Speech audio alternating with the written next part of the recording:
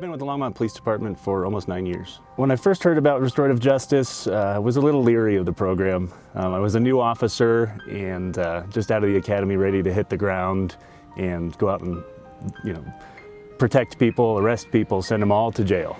That was my job. If you violate the law, you go to jail. The first time I did restorative justice, my eyes were kind of open to the process, and it really had an impact on me. It was several juveniles, about 6 to 8, that had broken into an old chemical factory here in Longmont. And as I was, working the night shift like all the new officers do, I came upon an open door and I saw bodies running from me. And they ran off into a field, and as a new officer, I chased. Because that's what we do. And at the time I saw these boys in the field, they were hiding in the grass, tall grass, so I couldn't see these bodies. I just knew there were 6 to 8, to me, bad guys out in the field. And the dogs were coming. My gun was out, ready for someone to jump up and try and do something to me. So at that point, someone could have got severely injured, either by me with my gun, by any other use of force, or with the dog biting them. Eventually, I had them all stand up and give up, and I realized, oh my gosh, here I am, I'm out with these, 10 to 13-year-old boys. And I thought, but gosh, they've all committed felonies. They've all committed burglary from what they did inside the building. And I thought, oh my gosh, 10 to 13, I don't want to start these guys, with a felony criminal record. So I thought our Longmont Restorative Justice program. So I put them through the process, and that's what really, opened my eyes to what the program was like. And at that point, it was scheduled for what we had, or called the circle process. At that point, I was like, a circle process, what exactly is that going to mean? Is that where we all get together in a circle and we hug each other? I'm not good with that. I'm a new police officer. So we went to the circle process, and I was expecting pretty much that I would sit there and I would be the, kind of the hardline cop and say, you boys are bad, you did a bad thing. I'm cutting you a break by sending you here to this, circle process and saving you. But it didn't turn out to be that way at all. It was completely different from what I expected. When it was over with, or actually during the circle, when I had my time to speak, I kind of surprised myself because I wasn't in that authoritative role. It was more of a educating the kids, and to a great degree their parents, because their parents were there also. These boys could have gotten severely injured inside the building because it was a chemical factory. They actually made gold-plated components for the aerospace industry. So in doing that, they had large vats of hydrochloric acid inside. So the building was basically a biohazard building.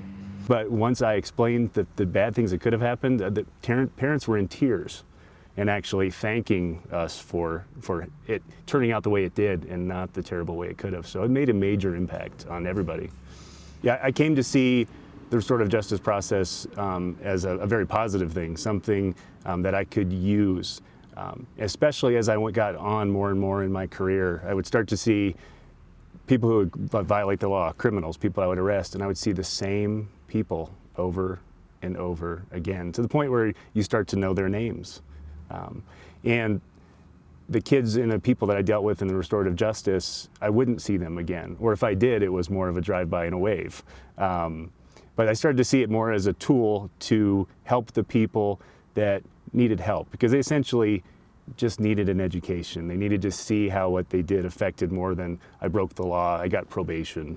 They go into the court system, they either have a plea deal or they go through a trial, and if they're found guilty or they plead guilty to the charge, then a lot of the times they'll go into probation, and they'll go through the probation process and have community service, and once they satisfy that and satisfy the terms of their probation, they'll be done. With restorative justice, they still have a process they have to go through, and it's a process that can take, several months. After the circle, we determine, okay, what's going to make this right? Everybody in the circle, everybody that was affected by it says, how are we going to make this right? And we come to an agreement with the subjects that are in there that are a part of that circle that, okay, this is what you have to do. So they do have a process, but they're not going into the process of, say, that same kid who did the graffiti may go out and help clean up a park and take an active role, and actually, instead of destroying his community, he realizes, I can help make my community better. But because he's going into that, where he may have a few hours he has to spend at the park, not as this is my punishment, It's more of, okay, I did something wrong. I now understand that it's not just a wall, but it was the community I affected, and there were people involved. I'm gonna give back. I'm gonna make it better. In the restorative justice process, people have to take responsibility for what they did. To even be considered for the process, they have to admit and take responsibility for, yeah, that was me who did that. And then the officer can determine, okay, they're taking ownership of what they did immediately, so now we can take them to the next step and put them into the process. So in a normal situation of law enforcement where someone did something and I'm going to charge them, oftentimes they won't take any sort of ownership for it, because what are they doing? They're admitting that they did something wrong and they know they're going to be put into a court process. The restorative justice program impacts the victims in a much better way than the court system often does. A court system can order someone to pay somebody back for damage they may have caused to their house or their property, and those people will get that back. But there's no healing, there's no closure between the victim and the person that did the crime. I believe restorative justice fits for any sort of crime. I've sent anywhere from petty offenses up to recently a 7 or 8 count felony adult crime. This year I had a crime where someone committed several counts of felony prescription fraud.